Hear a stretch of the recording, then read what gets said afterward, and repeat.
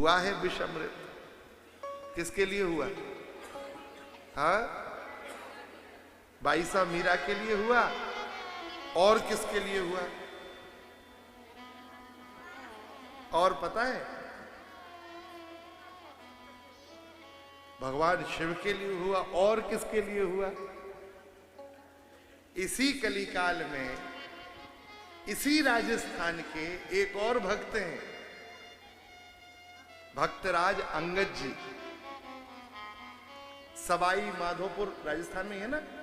हाँ, सवाई माधोपुर के भक्तराज अंगद अद्भुत भक्त थे भगवान के। उनके बड़े भाई राजा थे, किसी कारण से उनका शरीर पूरा हो गया तो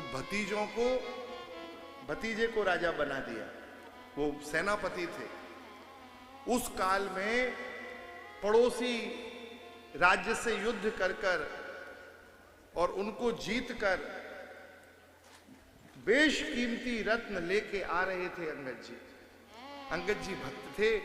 एक बड़ी सुंदर मणि थी, तो वो जो मणि थी उनने वो मणि रख ली। उन्होंने कहा ये मणि तो मैं भगवान को चढ़ाऊंगा, भगवान के बढ़िया सुंदर कंठा बनवाऊंगा, उस कंठा में मणि जड़वाऊंगा। अंगद जी ने, जलने वालों की तो कमी होती नहीं है। राजा के कान भरने वाले पास ही थे। उन्होंने कहा महाराज आपको जो रत्न लेके आए हैं अंगद जी, ये तो कुछ भी नहीं है, वो जो खास था वो तो उन्होंने रख लिया। भतीजों ने चाहा कि चाचा बेईमानी कर रहे हैं, तो उन्होंने अंगद जी की बहन थी, उनकी बुआ, उनको कहा कि आप रसोई में जहर कर दो और अंगद जी को पवा देना। कुछ बाध्यता कर दी होगी, बहन ने जहर की रसोई बनाई, खीर बनाई और खीर में कालकूट भयंकर जहर भर दिया। सुंदर खीर बनाई। अंगद जी का नियम था बिना भांजे के भोजन नहीं करते थे, बहन के लड़के के। वो बहन का जो बालक था वो अंगद जी के साथ ही पाता था प्रसाद। तो आज उसने अपने पुत्र को एक कक्ष में बंद कर दिया, क्योंकि भोजन करने आएंगे तो फिर बालक को बुलाएंगे। तो अपने बेटा को बंद कर दिया कक्ष में और अंगद जी से कहा पधारो सा, बैठो सा, जीमो सा।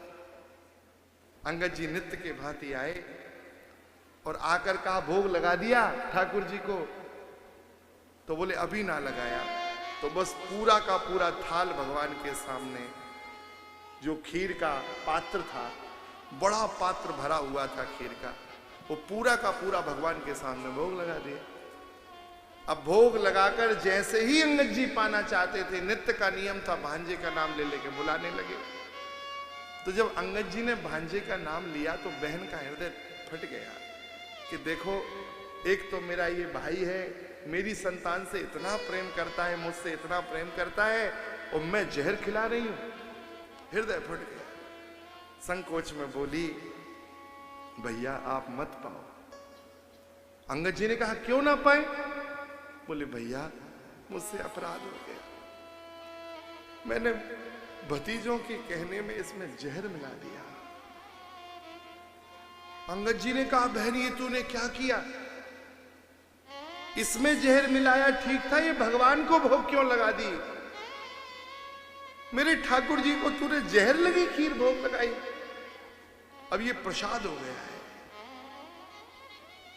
सामान्य खीर होती त्याग देता, अब तो ये प्रसाद है।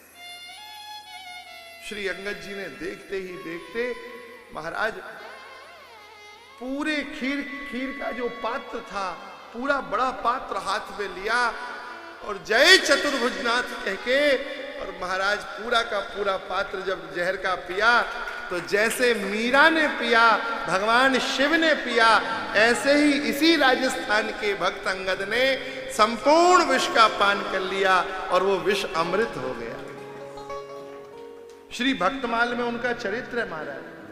बाद में उनको लगा कि ये भतीजे दुष्ट हैं, ये रत्न छुड़ाएंगे, तो अपनी पाग में फंसाकर और जगन्नाथपुरी जा रहे थे। वहां से जगन्नाथपुरी था 700 कोस। 700 कोस अर्थात कितना किलोमीटर हो गया? हाँ,